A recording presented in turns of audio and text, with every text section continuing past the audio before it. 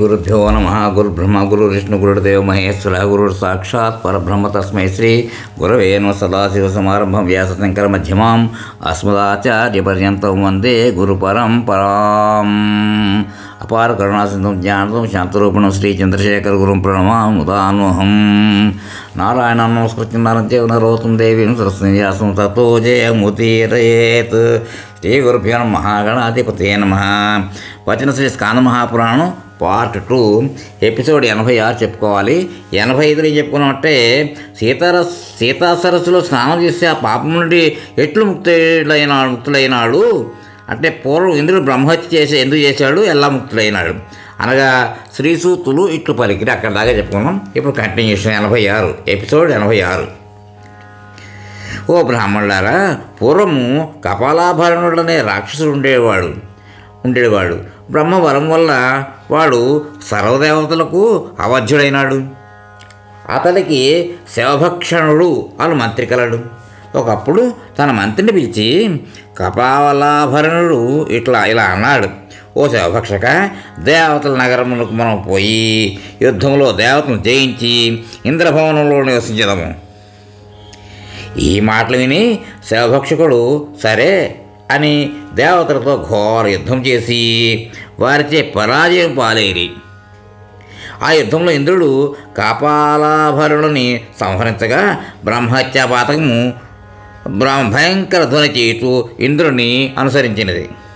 అతడు 10 దిక్కులకు పరిగెత్తిన అని చెప్పగా ఋషులు ఇట్లనిది: ఓ సూతముని, కపాలాభరణుడు ఇప్పుడు కాదు కదా, అతడు రాక్షసుడు. అందువలన ఇంద్రుడికి ఆ రాక్షసు చంపడం వలన బ్రహ్మహత్య ఎందుకు అనుసరించి పరిగెత్తినది. శ్రీసూతులు ఇట్లనిరి: మిక్కిలి రహస్యమైన అద్భుతమైన దానిని ఓ ముల్లారా చెప్పేదను. మీ మీ మీ మనస్సులను ఏకాగ్రపరచుకుని మీరు శ్రద్ధగా వినవలయును. పూర్వము వింధ్య ప్రదేశమందు త్రివక్రుడను రాక్షసుడు నివసించుతూ ఉండేవాడు. అతని భార్య గుణవంతురాలు, సౌందర్యవతి, సుశ్రోణి. ఆమె పేరు సుశీల. ఆమె ఒకసారి పర్వతారణ్యంలో తిరుగుసాగాను. ఆ వనములో శుచి అనే పేరు గల మహాముని గలడు. తపస్సమాధి కలవాడు, వేదాధ్యయనం ఆసక్తి కలవాడు. ఆ వరవర్ణిని సుశీల అతడి ఆశ్రమ సమీపమునకు వెళ్ళగా ఆ ముని ఆమెను చూచి మన్మథ పీడితుడై ఆమెతో: నీవు చాలా అలసినట్లున్నావు, ఈ నా పర్ణశాలలో ఉండుము అని. అప్పుడు ఆమె ఆ మునితో తన పేరు సుశీలని, త్రివక్రుడను రాక్షసుని భార్యనని, పూలు కోసుకున్నట్టుగా వచ్చి తిని అని చెప్పాను.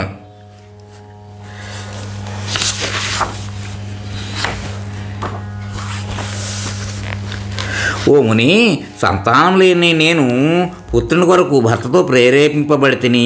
నీవు నాకు కుమారుని కలిగించుము. ఓ ముని, నా మీద దయచూపుము అని అనగా ఆ ముని నిన్ను చూచి: ఓ సుశీల, ఇప్పుడు నాకు ప్రీతి కలుగుతూ ఉన్నది అని చెప్పి ఆమెతో 3 రోజులు రమించాను. ఆ తర్వాత ముని ఆమెతో: నీ గర్భమున మహాపరాక్రమవంతుడు కాపాలాభరణుడు అని పేరు గలవాడు జన్మించను. చాలా కాలం భూమిని వాలించి 1000 సంవత్సరాలు తపస్సు చేసి బ్రహ్మను తన తపస్సు చేత మెప్పించి వరములు పొందును. ఇంద్రుడు తప్ప ఇతర దేవతల చేతులలో ఇతనికి చావు లేదు అని చెప్పి ఆ ముని తర్వాత శివపురి అయిన కాశీకి వెళ్ళాను. ఆ సుశీల కాపాలాభరణులను పుత్రుని కనెను. యుద్ధమునందు ఇంద్రుడు వజ్రంతో అతనిని చంపాను. శుచి అను ముని బీజం వలన కలిగిన వారిని ఇంద్రుడు చంపెను కనుక బ్రహ్మహత్య ఇంద్రుని అనుసరించినది. అందుచేత ఇంద్రుడు పరితపించి బ్రహ్మగృహములకు చేరాను. అప్పుడు బ్రహ్మ చెప్పగా ఇంద్రుడు సీతాకుండములకు వెళ్ళి ఇష్టి చేయమన్నట్లు ఇంద్రుడు గంధమాదనములకు వెళ్ళాను. సీతా సరస్సును చేరి స్నానం చేసి ఇష్టి చేసి బ్రహ్మహత్య నుండి విముక్తులై తిరిగి తన పురికి వెళ్ళాను. ఆ ఉత్తమమైన సీతాకుండమున తీర్థము ఇటువంటి ప్రభావము కలది. రామునకు నమ్మకము కలుగుట కొరకు అగ్నిలో ప్రవేశించి జనకుని కుమార్తె అయిన మైథిలి దేవతలందరి ఎదుట తిరిగి అగ్ని నుండి బయటికి వచ్చి సర్వావయ సుందరముగా నిలచినది. లోకరక్షణము కొరకు తన పేరుతో ఈ ఉత్తమ తీర్థమును ఏర్పరిచినది. అక్కడ సీత స్వయంగా స్నానం చేసినది కనుక సీతాసరము అనే పేరు ఏర్పడినది. ఇతర స్నానముచే అన్ని కోరికలు తీరి దానములు చేసినతో నరులు పరమేశ్వర లోకములకు వెళ్ళుదురు. ఈ రకముగా ప్రసిద్ధమైన సీతా సరోవరమును వైభవమును మీకు చెప్పితిని. సీతా సర్వవైభవమును చెప్పితిని.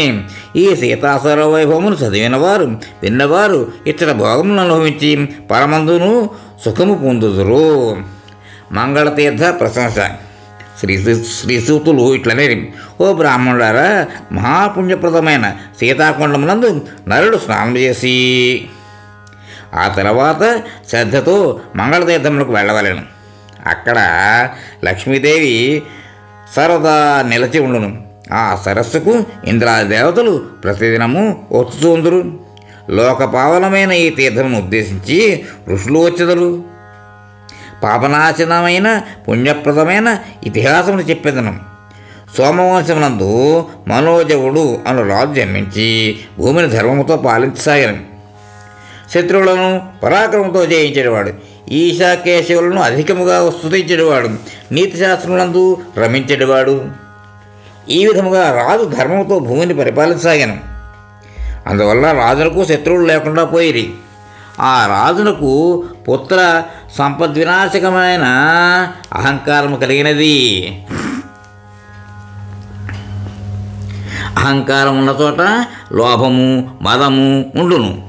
ఈ విధములైన అవగుణములచే ప్రేరేపించబడిన మనస్సు గలవాడై అధర్మమైన పనులను చేసి ప్రజల విశ్వాసమును పోగొట్టుకుని దేవ ద్విజ విరోధి అయిన అతడి క్రూరమైన దుష్కర్మ కర్మ పరిపాకము వలన బలవంతుడైన పరదేశాధిపుడైన శత్రురాజు ఇతని పట్టణము ముట్టడించెను.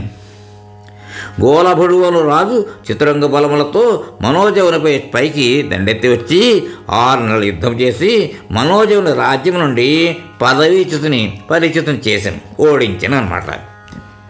మనోజవుడు భార్య పుత్రునితో అడవికి చేరాను. మనోజవపురమును గోలభుడు చాలా కాలం పాలించి చూడను. ఇట్లు చాలా కాలం గడువగా ఒకనాడు రాజపుత్రుడు చంద్రకాంతుడు ఆకలితో పీడింపబడి తండ్రిని తల్లిని అన్నము కొరకై అడుగగా కుమారుని మాటలు వారిని బాధించగా రాజు తన భార్యతో అంత సూచిస్మిత తాను ఏమి చేయవలన చెప్పు అనను. కానీ వారికి ఏమి చేయుటకు తోచక రాజు తాను చేసిన దూషిత కర్మల ఫలమేనని పలుమార్లు జ్ఞప్తి తెచ్చుకుని బాధపడసాగాను. ఓ బ్రాహ్మణులారా, ఇంతలో పరాశరులను ముని అనుకొనకుండా వచ్చాను. సాధుజనులకు ఇష్టుడైన ఆ మునిరాకను ఆ సుమిత్ర గమనించి రోధించుతూ ఉండగా ఆ ముని ఆమెను ఓదార్చి అనునయించాను. తరువాత శక్తిపుత్రుడైన పరాశరముని ఈ విధంగా అడిగాను, ఓ శుశ్రోణి, నీవెవరు? ఈ బాలు నీకు ఏమవును? యథార్థమునంతయు నాకు చెప్పు అనగా ఆ మునితో ఆమె ఈ విధంగా శక్తిపుత్రుడైన ఆ ముని మనోజవుడనే రాజు భార్య పతివ్రత అయిన ఆ సుమిత్రతో ఇట్లను, నీకు ఏ విధమైన భయము లేదు, త్వరలోనే మీ అశుభము నాశనమగును. ఇది నిజము, నీ భర్త క్షణములో మూర్ఛ నుండి లేవగలడు అని కూడా దీవించను. తర్వాత పరాశరుడు తన చేతితో ఆ రాజును తగులుచు త్ర్యంబకుని స్మరించుచు మంత్రం జపించాను. వెంటనే ఆ రాజు మూర్ఛను లేచను. అప్పుడు ఆ రాజు చేతులు జోడించి పరాశరుడికి నమస్కరించి కరుణాదృష్టితో నన్ను రక్షింపుడు అని అనగానే పరాశరుడు రాజుతో ఈ విధంగా, ఓ రాజా, శత్రుజయం కొరకు నీకు ఒక ఉపాయము చెప్పుదును. రామసేతునందు గంధమాదన పర్వతమునందు అన్ని ఐశ్వర్యములను ఇచ్చిన మంగళతీర్థము కలదు. లోకములకు ఉపకారం కొరకు ఆ సరస్సులో రాముడు లక్ష్మి అయిన సీతతో కూడి ఎల్లప్పుడూ నివసిస్తూ ఉండును. భార్య పుత్రునితో కూడి నీవు అక్కడికి పోయి భక్తిపూర్వకంగా స్నానం చేసి దాని తీరమునందు శ్రాద్ధాధికములను కూడా ఆచరింపు. నీవు ఇట్లు చేసిన యెడల దుఃఖమును కలిగించు ఆ లక్ష్మీతీర్థం యొక్క ప్రభావం వలన నశించి అలక్ష్మి అది నశించిపోవును. దుఃఖం కలిగించి అలక్ష్మీదేవి అంతా కూడా నశించిపోతుందని చెప్పడం అర్థం. అది ఇలా చేస్తే కనుక అయితే నీకు ఇవన్నీ తగ్గుతాయి, పోతాయని చెప్పేసి, కష్టాలు పోతాయని, దూరం అయిపోతాయని. నశించిపో, అనుమానం లేదు, సర్వమంగళములను త్వరలోనే పొందగలవు. ఓ మనోజవా, ఓ నీ భార్యతో పుత్రునితో కూడా ఆ గంధమాదన పర్వతంలోని మంగళతీర్థములకు పొమ్ము.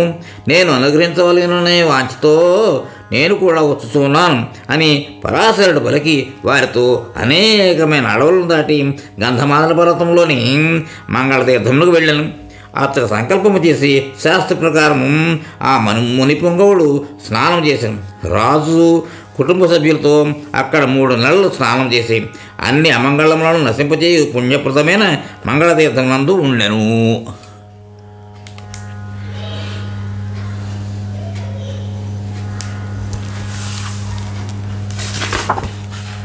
తరువాత పరాశరముని అన్ని అనర్థములను నశింపచేయు రాముని ఏకాక్షర మంత్రమును చివరలో రాజునకు ఉపదేశించను. రాజు ఆ మంత్రమును జపించడం వలన ముని ప్రసాదం చేత ఎదురుగా దృఢమైన ధనువు ప్రత్యక్షమైనది. అక్షయములైన అమ్ముల పొదులు, బంగారు పిడిగల కత్తులు మొదలైనవి, రథము, సారథి, గుర్రములతో కూడి తీర్థము ముందర నిలచెను. రాజును ముని అభిషేకించిన తరువాత వస్త్రాది భూషితులై రథమునెక్కి మిక్కిలి శోభించను. ఆ మహారాజునకు మహాముని బ్రహ్మాద్యాస్త్రములను సాంగముగా రహస్యములతో సహా వెడుచుట, ఉపసంహరించడం కూడా ఉపదేశించను. మనోజవుడు ఆశీర్వాదపూర్వకంగా ముని చేత ప్రేరేపింపబడి మునికి నమస్కరించి రథమును అధిరోహించి ప్రదక్షిణము ఆచరించి మహర్షితో ఆజ్ఞను పొంది పత్తితో పుత్రునితో కూడి విజయమునకై అతడు బయలుదేరను. అతడు తన నగరికి వెళ్ళి శంఖములు పూరించను. గోలభనకు రాజుకు 3 రోజులు యుద్ధం జరిగిన తర్వాత 4వ రోజున సైన్యంతో కూడైన గోలభుని మనోజవుడు బ్రహ్మాస్త్రంతో నశింపజేసిన తర్వాత భార్య పుత్రునితో కలిసి తన నగరికి చేరి భూమిని పాలించచ్చు భార్యతో సహా సర్వము అనుభవించాను. ఆ రోజు నుండి ఎల్లప్పుడూ ధర్మపురుడై 1000 సంవత్సరములు ధర్మమును రక్షించను. తర్వాత రాజు విరక్తుడై పుత్రునిపై రాజ్యం నుంచి గంధమాదన పర్వతమునందలి మంగళతీర్థమునకు వెళ్ళను. అతడు అక్కడ మనస్సును సదా శివుని ధ్యానించుతూ తపము చేశాను.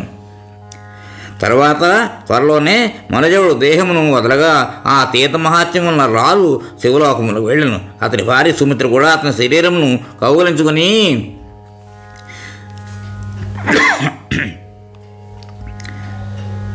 చిత్తిని అధిరోహించి అదే లోకములకు భర్తతో చేరిన. శ్రీసూతులు ఇట్లనవి, ఆ మంగళతీర్థము ఇట్టి ప్రభావము కలది. ఆ మంగళతీర్థము ఇట్టి ప్రభావము కలది. మనోజవరాజు ఆ ఉత్తమ క్షేత్రంలో స్నానం చేసి శత్రువులను జయించి దేహాంతమునందు భార్యతో కూడా శివలోకమునకు వెళ్ళను. అందువలన అన్ని విధములా ప్రయత్నించి మంగళతీర్థము సేవింపవలను. ఈ తీర్థము అతి శోభనమైనది, శివప్రదం, నరులకు భుక్తి ముక్తిప్రదము. పాపరాశను గడ్డి దూదికి అగ్ని వంటిది. కనుక బ్రాహ్మణులారా, విముక్తి వరకు దీన్ని సేవించవలెను. ఇక్కడితో ఎపిసోడ్కి విరామం ఇద్దాం, తర్వాత కంటిన్యూ చేద్దాం. స్వస్తి.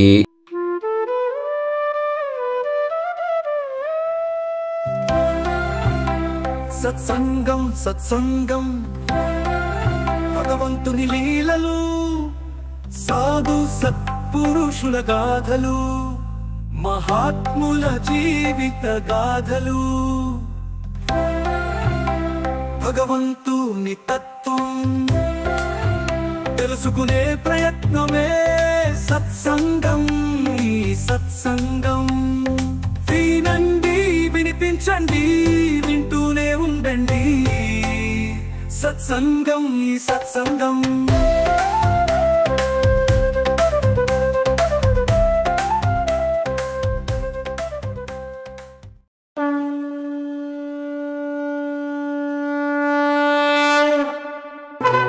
వినుడు వినుడు శ్రోతలారా, మహాభారత కథలు మన మనుగడ కోసం అందించిన కథలు.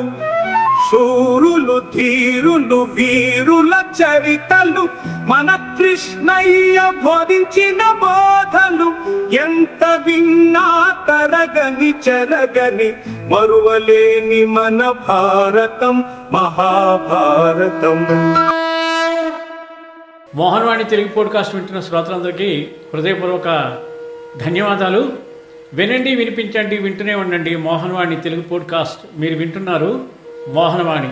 మా కార్యక్రమాలు మీకు నచ్చితే ఇప్పటివరకు మా ఛానల్కి సబ్స్క్రైబ్ చేసుకోకపోతే వెంటనే ఈ క్షణమే సబ్స్క్రైబ్ చేసుకుని ఆ పక్కనుండే బెల్ బటన్ని మ్రోగించి అందరికీ షేర్ చేసి మీ విలువైన కామెంట్ను కూడా చేసి మమ్మల్ని ప్రోత్సహిస్తారని కోరుతున్నాను.